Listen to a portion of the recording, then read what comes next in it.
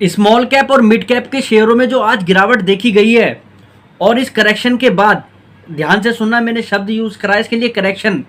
इस करेक्शन के बाद अगर आप अनकंफर्टेबल फील कर रहे हैं या कुछ डर महसूस कर रहे हैं और आपको लग रहा है कि मेरे को मेरे डीमैट अकाउंट से कुछ शेयर बेच देने चाहिए, तो आप थोड़ा सा सतर्क हो जाइए, क्योंकि इस टाइप की करेक्शन आपको थोड़े थोड़े दिन पर आकर आपके दरवाजे को बार बार खटखटाएंगी। और जिन लोगों ने स्मॉल कैप और मिड कैप में कंपनियों को फंडामेंटल और फाइनेंशियल्स को बिना सोचे समझे पैसे लगाए हैं, उन लोगों को ये करेक्शन सबसे ज़्यादा परेशान करेंगे। ऐसा नहीं है कि आप एक एक कंपनी का बिल्कुल डीप एनालिसिस करके ही लगाएं, पर आप सेक्टर के बारे में भी थोड़ा सा अगर आप जान लेंगे तो ये इस तरीके की करेक्शन आपको परेशान नहीं करेंगी। नहीं तो जो इस तरीके की जो आज करेक्शन थी, जो इतनी गिरावट रही है शेयरों के अंदर, लोगों ने अपना माल बेचा है, वो जब ये गिरावट है। जिनके शेयर आज बच गए, शायद उनको थोड़े दिन बाद समझ में आएगा कि मेरे को क्या फ़ायदा हुआ है, और जिनके शेयर आज बिक गए हैं उनको थोड़े दिन बाद समझ में आ जाएगा कि मेरे से क्या लॉस हो गया है। तो आज मैं जो वीडियो बनाने जा रहा हूँ, सीधा सीधा एक मैटर है, स्मॉल कैप मिड कैप के अंदर किस स्ट्रेटेजी के साथ पैसा लगाना है, किस स्ट्रेटेजी के साथ पैसा कमाना है, और किस स्ट्रेटेजी से हमें एग्जिट होना है, क्योंकि एग्जिट होने का टाइम अभी नहीं आया है। बाजार आपको डराएगा, इस भूत से आपको बचना है। चलिए वीडियो को शुरू करते हैं। आज की जो शेयर मार्केट के अंदर मिड कैप और स्मॉल कैप में जो गिरावट है, इस गिरावट को आपको थैंक्स बोलना चाहिए। ऐसा मैं क्यों कह रहा हूं, आप मेरी बात को समझिए। जिस तरीके से कुछ शेयरों के अंदर पिछले कुछ 10, 12, 15 दिनों से जो रैली चल रही है, और ब्लाइंड रैली चल रही है, इसको ब्लाइंड रैली कहेंगे हम, वो कहीं ना कहीं ये संकेत दे रही है कि थोड़ा सा शेयरों को यहाँ पर सुस्ताने की जरूरत है। 10-10, 20-20% के सर्किट रोज नहीं चल सकते, और जिन शेयरों के अंदर रोज सर्किट चलते हैं, जब वो वापस आते हैं तो सर्किट से ही नीचे आते हैं। अगर आप देखें रेलवे सेक्टर के अंदर, इरकॉन को ले लीजिए, आप आरबीएनएल को ले लीजिए, और आईआरएफसी को ले लीजिए। आईआरसीटीसी को छोड़ दीजिए, क्योंकि आईआरसीटीसी की रैली पीछे लंबी रही है, अब वो पार्टिसिपेट नहीं कर रहा है।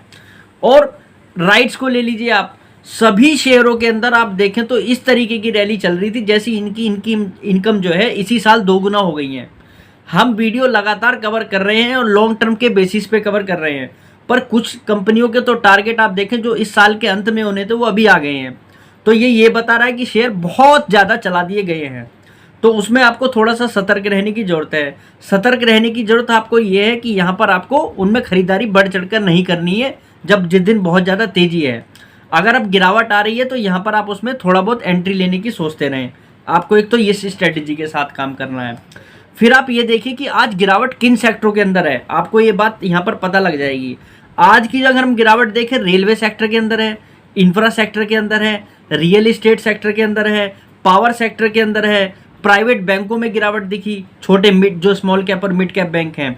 यहीं पर आप देखें डिफेंस सेक्टर के अंदर गिरावट दिखी, शिपिंग सेक्टर के अंदर गिरावट दिखी। ये सभी सेक्टर वो हैं जो मार्केट के फ्लेवर में थे। उन सेक्टरों के अंदर गिरावट नहीं आई है जो इस समय फ्लेवर में नहीं है। पीएसयू बैंक कम चले हैं तो उनके अंदर गिरावट बहुत कम है। एनबीएफसी बहुत कम चली है तो उनके अंदर बहुत कम गिरावट है। अगर आप देखें केमिकल सेक्टर नहीं चला है तो केमिकल सेक्टर की कंपनियों में गिरावट बहुत कम है। आईटी सेक्टर बहुत कम चला था तो आईटी सेक्टर के अंदर गिरावट बहुत कम है। तो ये तो बाजार क्लियर कट संकेत बता रहा है कि जहां पर शेयर बहुत ज़्यादा चल गए, उनके अंदर उन्हीं के अंदर करेक्शन हो रही है।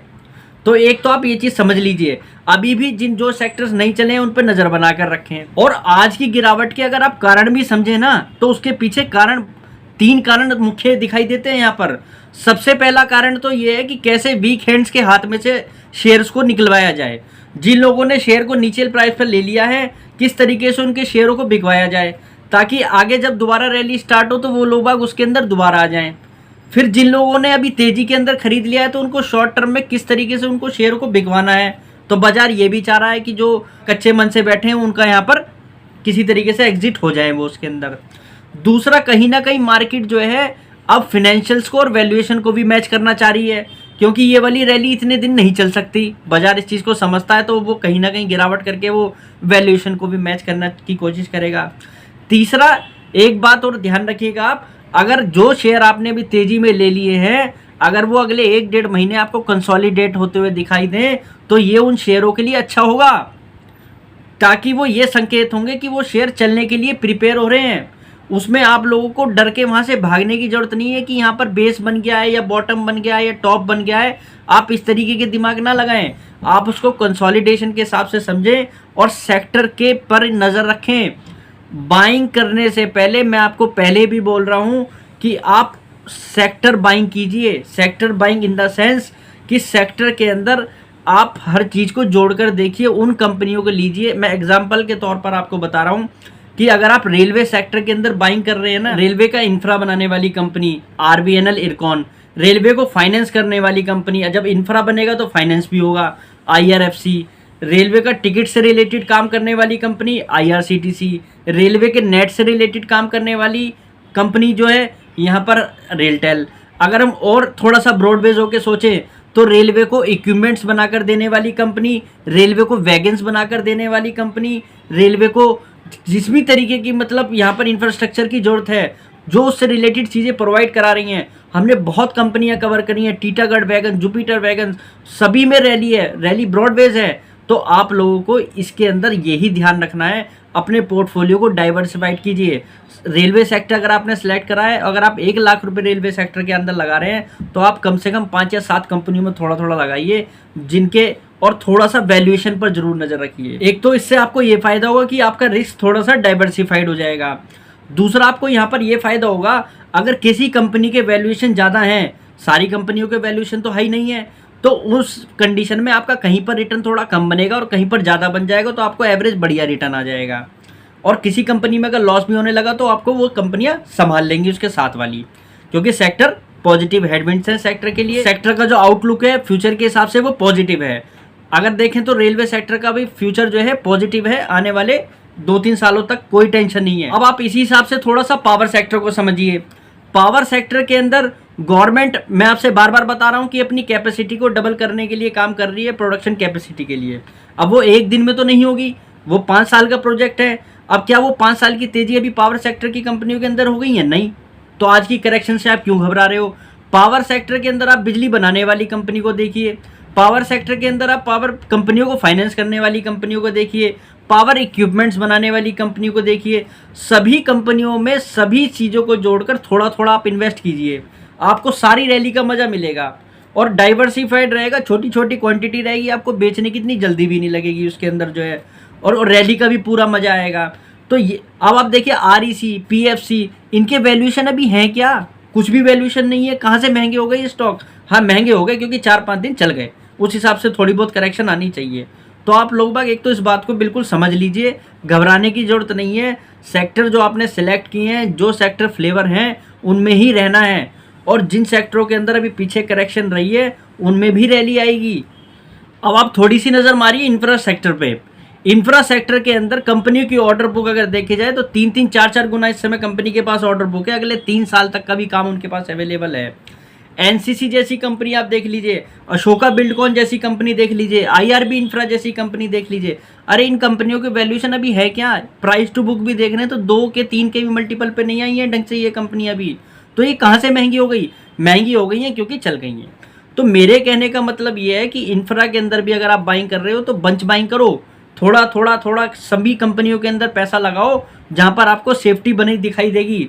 अभी तो ये चले ही नहीं है, अभी इनकी शुरुआत हुई है और अभी से ही बाजार आपको डराने की कोशिश कर रहा है। यही सेम हाल आपको रियल एस्टेट सेक्टर के अंदर देखने को मिलेगा।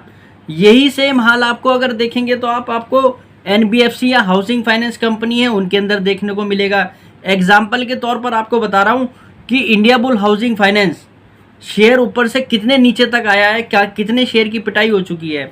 अब नीचे से जो रिकवरी थी वो काफ़ी तेज़ थी, तो आप देखिए उसी का ही कारण है कि आज उस शेयर के अंदर आपको एक अच्छी खासी रिकवरी, वो गिरावट देखने को मिली।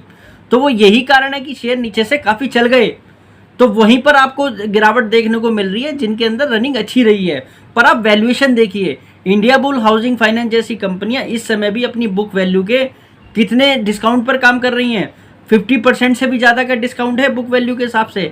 तो अभी ये महंगी नहीं हुई है, आप बिल्कुल भी बेचने के चक्कर में मत पड़िए। और आप यहाँ पर देखिए प्राइवेट सेक्टर के बैंक, आईडीएफसी फर्स्ट बैंक बहुत अच्छी रैली रही बैंक के अंदर देखा जाए तो पिछले समय के अंदर। पर क्या आईडीएफसी फर्स्ट बैंक महंगा हो गया है? आईडीएफसी फर्स्ट बैंक के रिजल्ट में, फिनेंशियल्स में किसी तरीके की कोई एसेट क्वालिटी में कमी दिखाई दे रही है? नहीं। पर आप देखिए बाजार में अगर गिरावट आई, आज वो भी 4-5% लगभग गिरने को तैयार हो गया। डिफेंस सेक्टर के अंदर आप देख लीजिए, आप मतलब आप जहाँ भी नज़र मारेंगे आपको खुद पता लग जाएगा कि गिरावट वाकई में ही उन कंपनियों के अंदर है जिनके शेयर ज़्यादा चले हैं। और आईटी सेक्टर के अंदर कोई खास गिरावट नहीं थी क्योंकि तेज़ी आई नहीं है।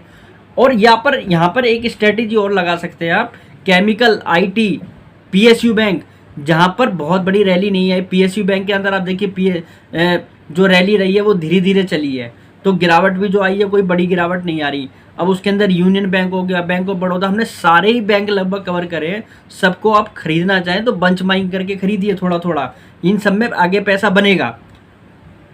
और जहाँ पर गिरावट आ रही है वहाँ पर आप स्टे कीजिए, इस तरीके से मत इधर उधर भागने की कोशिश करिए। सबसे पहली तो बात आप इस चीज़ को गांठ बांधिए अपने। फिर एक बात हमें यहाँ पर ये भी ध्यान रखनी है, जब भी हम लॉन्ग स्टे कर पाएंगे हमें कंपनी के अर्निंग पे फोकस करना है, ना कि बाजार की फालतू बातों पे। जो भी कंपनियों की अर्निंग आ रही है, अगर इस साल उसकी अर्निंग घटने जा रही है तो टेंशन का विषय है। अगर कंपनी की परफॉर्मेंस नहीं आ रही है तो टेंशन का विषय है। अगर कंपनी परफॉर्म कर रही है तो बाजार उसको रिवैल्यूएट करेगा। बाजार का तो काम ही यही है यहाँ पर बार बार गिराना बढ़ाना, पर वैल्यूएशन करके रहेगा उसकी बराबर। तो आप पहली बात, जो भी आप कंपनी ले रहे हो उनकी अर्निंग पर नज़र रखना, उनको बेच मत देना ये सब बातें चक्करों में आके। अर्निंग बढ़िया है तो हम बैठेंगे उसके अंदर। अगर आईडीएफसी फर्स्ट जैसे बैंक अगर बढ़िया कमा रहा है तो हम बैठेंगे उसके अंदर। अगर रेलवे स्टॉक के अंदर अर्निंग आ रही है, ऑर्डर की विजिबिलिटी बढ़िया है, सेक्टर के लिए पॉजिटिव हेडविंड है, तो हम बैठेंगे। हम क्यों बेचेंगे फिर, जब तक ये चीज़ आई नहीं रही है उसके अंदर। एक चीज़ आप अभी वैसे इग्नोर करके थोड़ा चल सकते हैं, पर आगे के लिए आपको ध्यान रखना है, डेट। जिन कंपनियों के डेट कैपेक्स के चक्कर में बहुत ज़्यादा बढ़ जाएं, आप इसमें भी इंफ्रा को छोड़ सकते हैं, क्योंकि इंफ्रा कंपनियों को लिए पैसा चाहिए अपना कैपेक्स करने के लिए। तो डेट जिन कंपनियों के बहुत ज़्यादा बढ़ जाएं उस पर नज़र बना के रखना। जब कंपनी का डेट आप ये सोच लीजिए काफ़ी तेज़ी से बढ़े तो वो थोड़ा सा उनके लिए बेचने का टाइम है। पर ये सब चीज़ें भी बहुत दूर हैं, इनको अभी आगे आने वाले समय में सोचेंगे। पर फिलहाल के लिए बात आपको यही है कि बाइंग जो करनी है वो सेक्टर बाइंग करनी है, वैलिडेट करके बाइंग करनी है। छोटे छोटे सभी कंपनियों के अंदर आप जो है पैसे को लगाइए, ये आपके लिए सेफ्टी बनाकर यहाँ पर काम करेगा। और दूसरी बात यह है कि छोटी मोटी न्यूज़ से डरकर अपने डीमैट को खाली मत करना। यहाँ पर अगर खाली करोगे तो दोबारा लेने का मौका नहीं मिलेगा, उल्टे सीधे भाव पे चीज़ आएगी, वो फिर आपको इतना उसमें रिटर्न नहीं दिखाई देगा और बिक जाएगा शेयर आपके हाथ से। और दूसरी बात यह है, जिन जिन सेक्टर के अंदर पॉजिटिव हेडविंड्स हैं, फ्यूचर के लिए ग्रोथ दिखाई दे रही है, ऑर्डर बुक विजिबिलिटी है, वहाँ बेचने का कोई मतलब नहीं बनता। तो आपको स्मॉल कैप और मिड कैप के अंदर बैठना है तो इन स्ट्रेटेजी को ही लगाकर बैठना पड़ेगा, नहीं तो पैसा नहीं बनेगा। ये सब बातें मुख्य थी जो मैंने आज आपको बताई हैं। उम्मीद करता हूँ मेरा ये वीडियो आपको स्मॉल कैप और मिड कैप को लेकर काफ़ी क्लियर विजिबिलिटी देगा। अगर वीडियो अच्छी लगे तो लाइक कर देना, चैनल को सब्सक्राइब कर लेना। नमस्कार।